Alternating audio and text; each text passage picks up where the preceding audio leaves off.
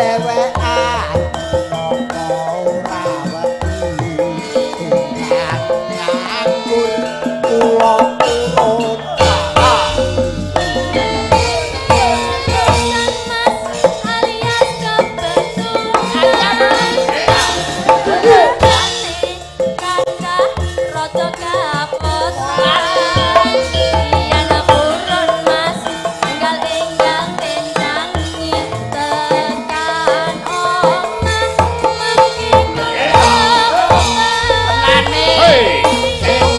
pikirane tekan ndi kowe mesti.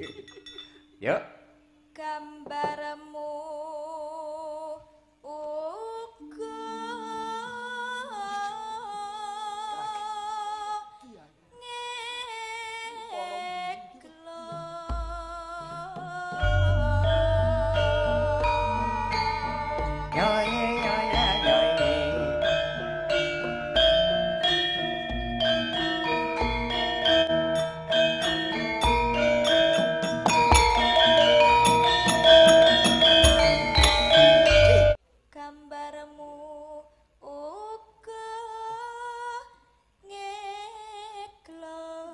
ora cetha nampane wedi lho aku.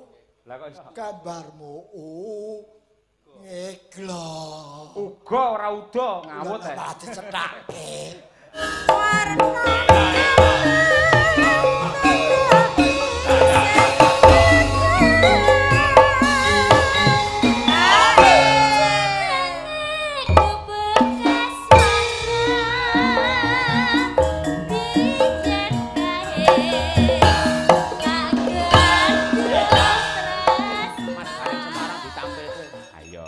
Rasa iki. Mula si kidung ki ora tak tampilke nggen limbukan sosok lak limbukan iki penonton iki lak campur. Nah, nek saiki genah piyayi-piyayi sing olah rasa. Ha iya, Gundul-gundul pacul-cul kemblelengan. Nyunggi-nyunggi waku. Monggo Pak Gareng Semar Bagio.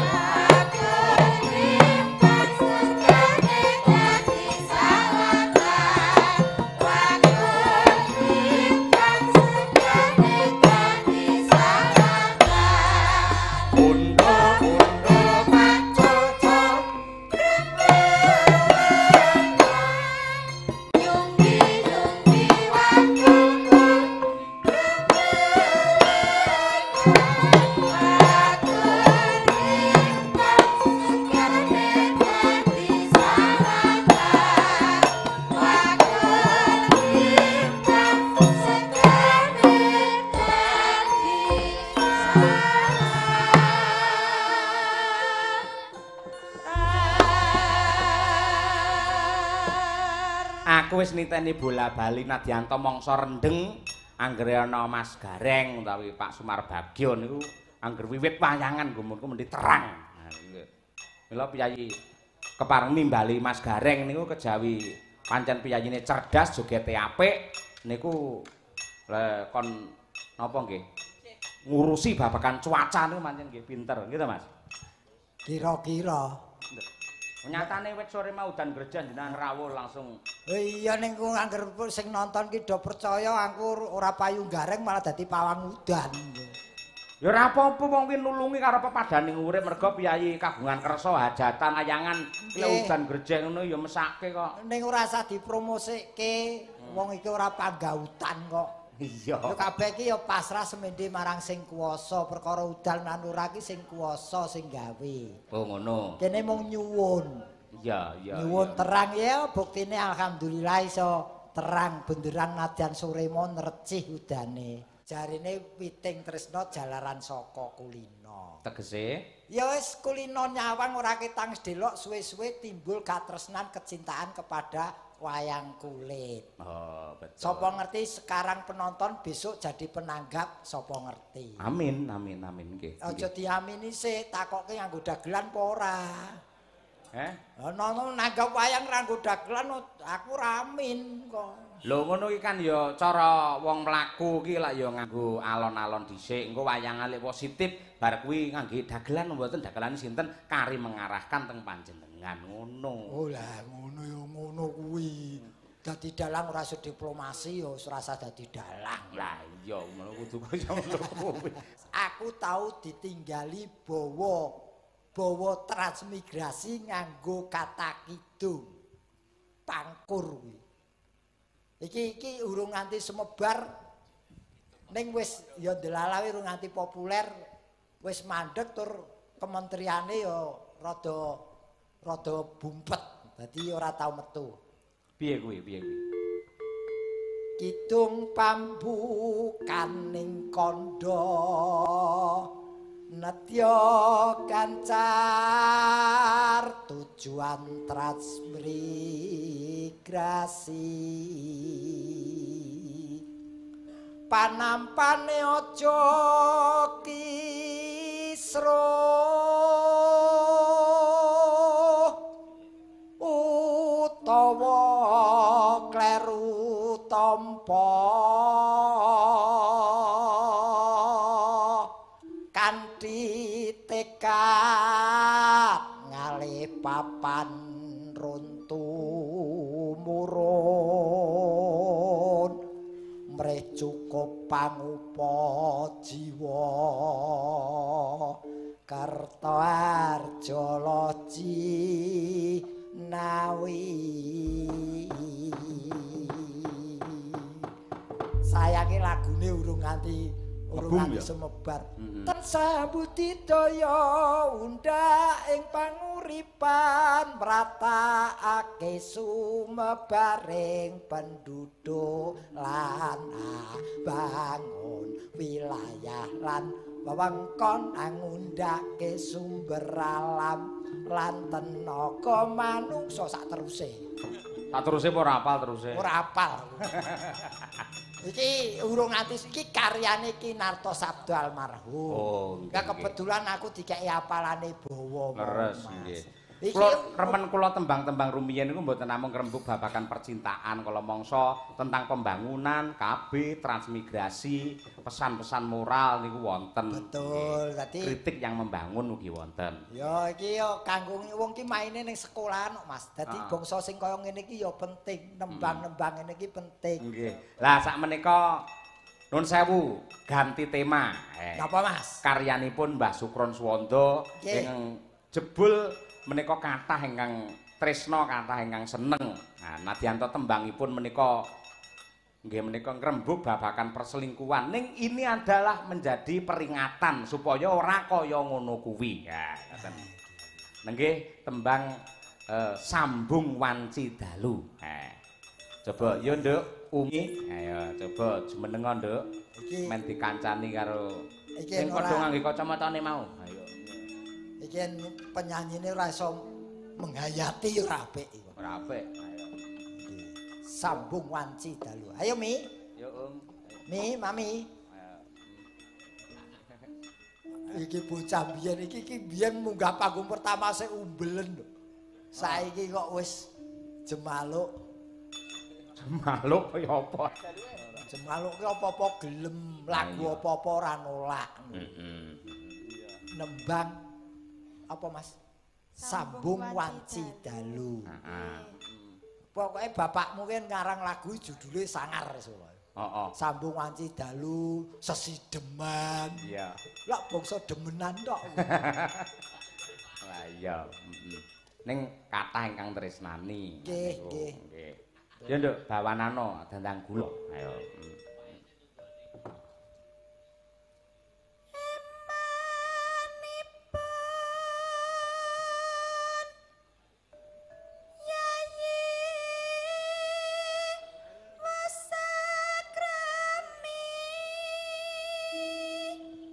Emanipun Yayi wis akrami. Wis rabi. Oh, eman. Boleh wis dibojo. Sayangnya kamu sudah mempunyai pasangan. Suami.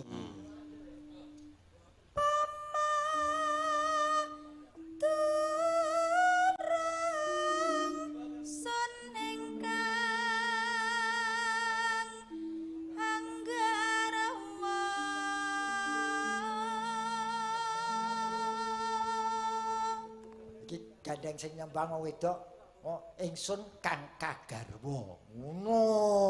Iki rekake pengalamanmu dhewe no, pengalamanmu dhewe. Ya. Nggih. Nggih. Wong ayu ngrerucit wae.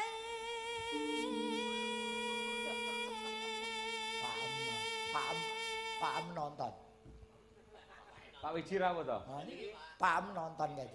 Wah, alah wah jan kaya cah enem nggih topi barang Elok luar biasa. Aku ya arep takon di anak ayu ing atase wong celkutis kok anake ayu gawene piye. Nah, lho jalma tan kena kinira kok. Mergo prihatine wong tuwa jedul anak lho kaya ngono kuwi. Prandene maksa syukur jebul nimasuka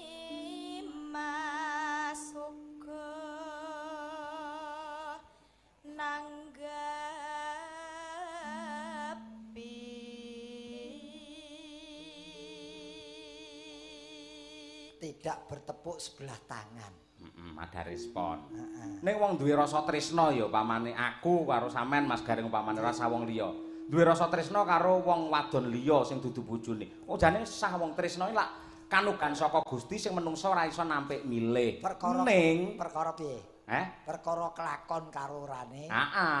Kuwi gumantung Gusti ning awake dhewe pamane aku duwe rasa tresna karo Umi pamane ya. Perkara kelakone ora mung gumantung Gusti. Lha apa? Nekat apa ora? Lah iya kuwi. Arila anggere ora ana aksi, kuwi jane ora apa-apa. Dipendhem ning ati, mengagumi marang ayune karo suarane mboten napa-napa. Delalah ana aksi, ana reaksi. Nah, kuwi. Kula dadi. Lah kuwi sing elek ngono kuwi. Terusna saya.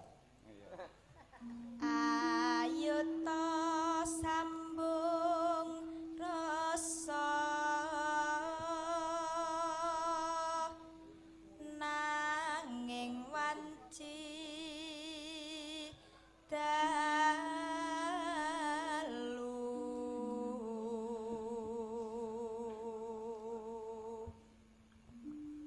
tan ana ingkang rubeda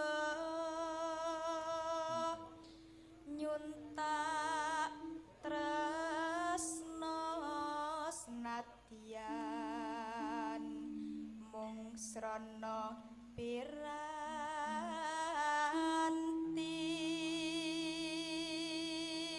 Nyuntake tresna nganggo alat. Piranti, HP, HP. Oh, HP to. Zaman saiki lak nganggo. Soale tak tresno nganggo alat-alate iki opo? Kangge piranti HP cara saiki kok. HP to. Mula HP terus ditulisi akhirnya dadi SMS. SMS kuwi lamun to ditampa secara positif dadine surat menuju surga. Nek lek didadekke negatif, surat menuju selingkuh. Lah kuwi. Ya yen mung HP wae ora apa-apa wis ae piye. Mergo wong tuwa pikirane tekan ndi. Tekan ndi kuwi mesti. Yuk. gambarmu uga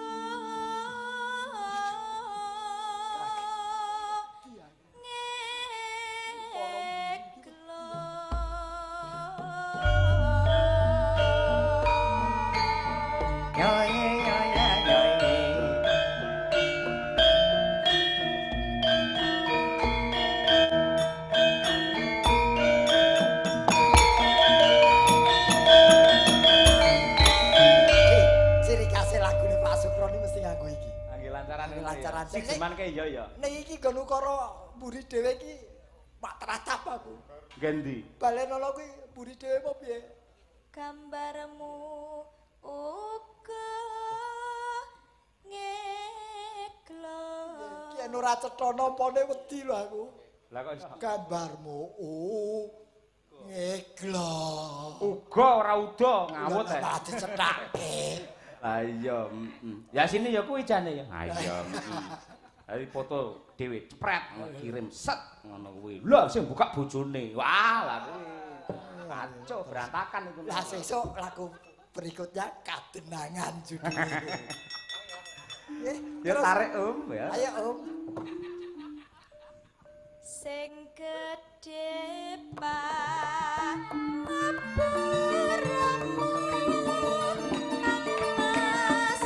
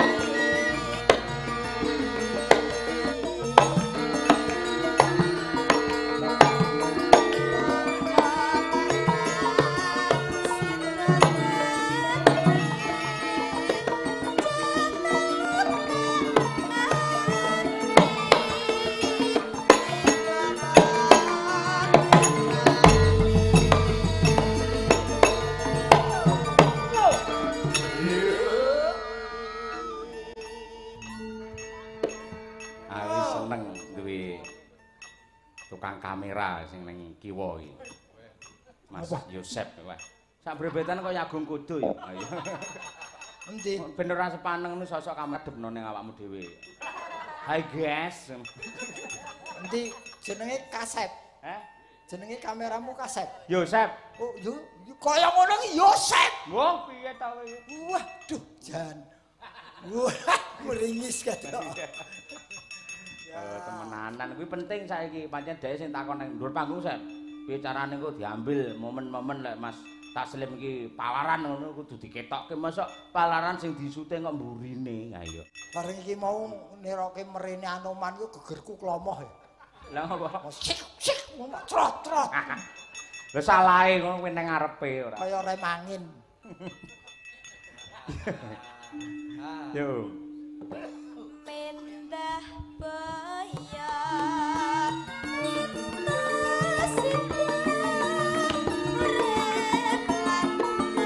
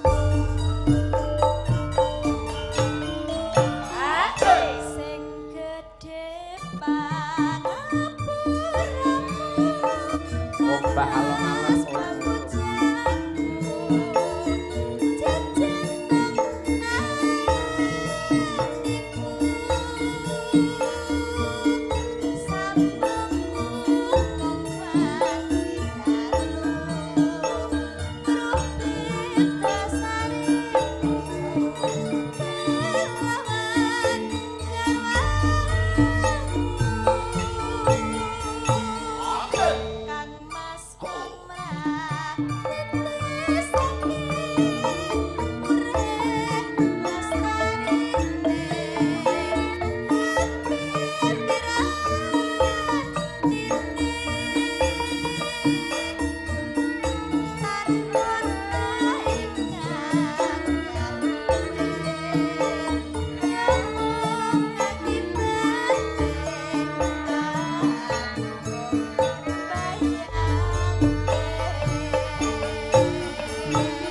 Awas ho hi ho.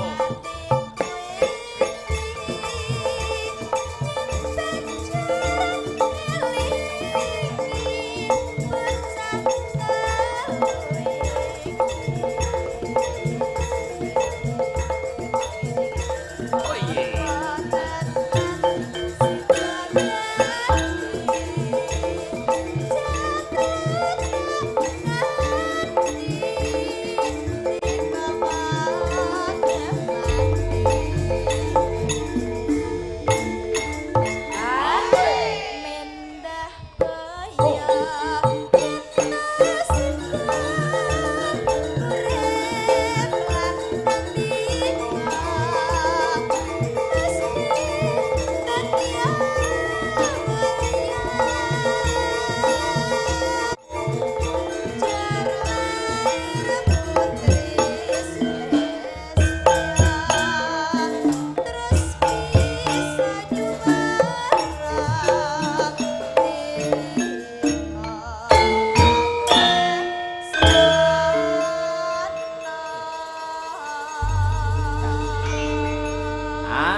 Mirasa tenan, penak tenan. Ayo. Lah ya wong lagu ki mesti kudu ana rasane ana roe. Wong jenenge paring ki ora ana ilange kok. Nggih. Coba pelok coba kaya apa? Mbak Tutik Birgita, ayo. Oh loro iki. Loro. Oke. Nangis sajroning atiku. Yo. Wis tak seneni iki.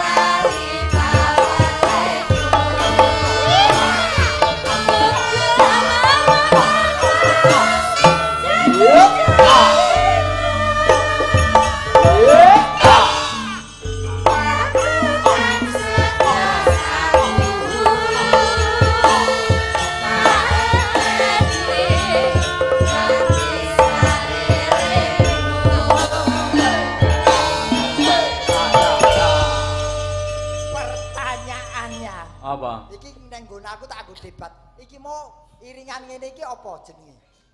Iringane lho, ora lagune lho. Iki iringane mau modele apa? Senderewenan. Nggih, jaranan. Nah, saiki bedane apa senderewe karo pegon? Oh, beda. Beda ya, iki sing dosen iki sing dosen. Jelas dar. Dos pegon iki piye? Kowe ra iso nerjemahke pegon, Lah iki mosok wis seniman yo radong. Neng Solo enek apa? Sanggar wayang pegon. Lha ngono kok. Gagah. Walah salin yo. Ngrungokke lho. Hah? Ngrungokke. Ora apa-apa ke hoping karo aku. Ya wis senderewe kae pegon kae sing baku apa? Samboyoan. Samboyonan. Iki samboyonan ya perlu dingerteni dadi Nggih. berbagai macam jenis kesenian di Indonesia yang wajib dilestarikan. Buktine nggo ngadeg ngene wae enake. Wah, kosekane tutik. Aneh lho, wis sesepuh lho kuwi ora. Yo arep sesepan, arep sesepi. Kok Pak Dene sampean neka-neka ora tak rekomendasikan lho. Aku daftar dhewe to. Kok senengane kok ngancam tangane iki obahe ora pati akeh, bokonge. Wah, jan. Iki saka sapa Om iki? Saka Pak Kepala. Pak Dene. Oh, nggih. Pak Dene saking Bapak Kepala Sekolah. Bapak Kepala Sekolah ngersakaken rondo kempling teng Gubuk Kasmara. Wah, nggih. Gubuk Kasmara rondo kempling. Nggih, nggih. Dadi rondone iki paning gubuk iki. Ayo. Rondone lara nang gubuk. Rondone ning gubuk dolanan aswajik. Iya. Wong edan ora. Iki Gubuk Asmara sik. Nah, mumpung wis ngadeg loro, iki lek kadung ngadeg loro terus rondo kempling terus piye? Nah, iya no. Ayo, Ya Gubuk Asmara diaturake. Ya. Langsung kemawon. Nah. Monggo, sugeng laras Bapak Kepala Sekolah. Sugeng mitangetaken lan mirsani ya, Pak. Ya Cak, dipun aturaken Gubuk Asmara. Dados.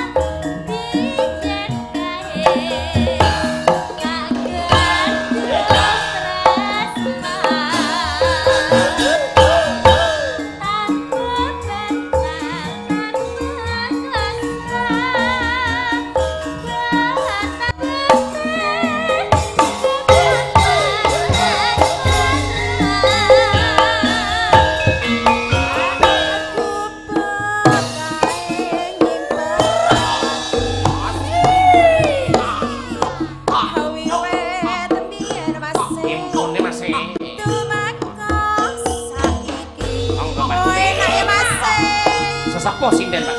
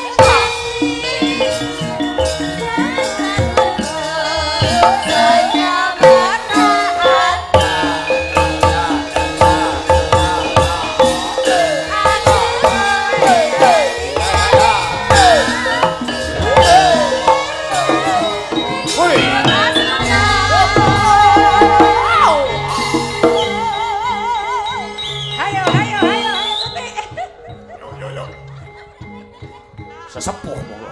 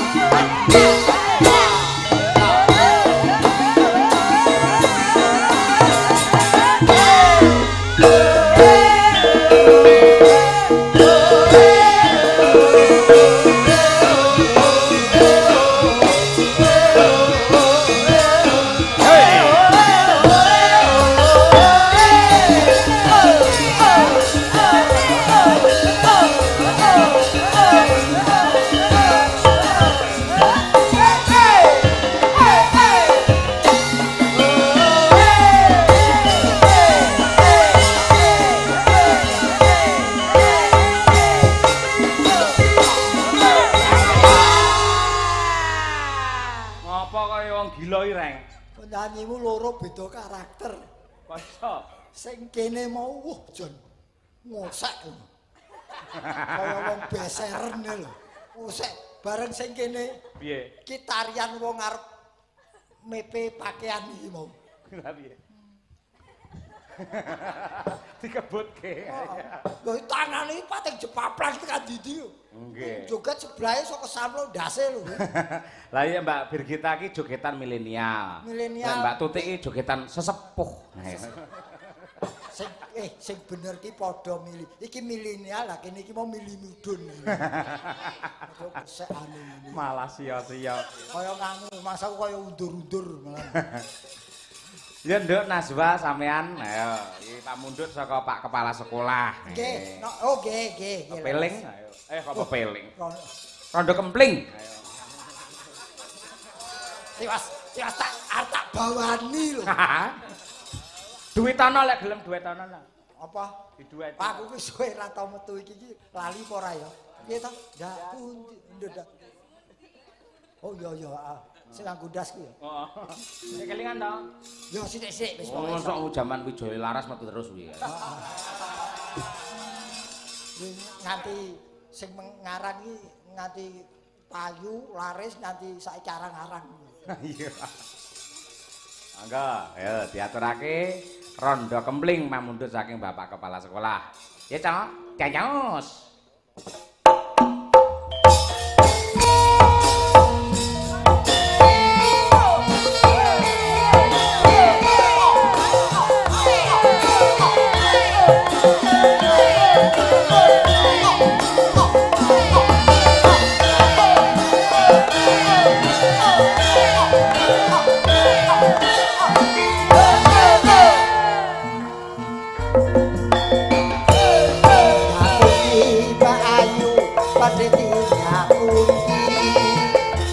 Tinggal tinggal tekan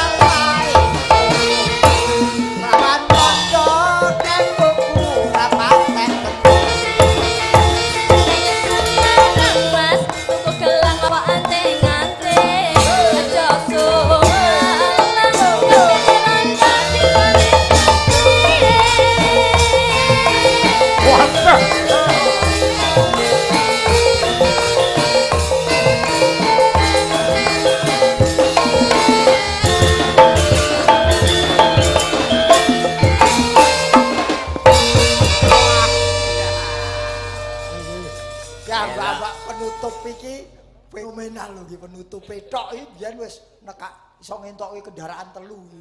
Iki ya. Nene kuwi wis kendaraan 3 iki. Iya. Nih saiki wis payu kabeh.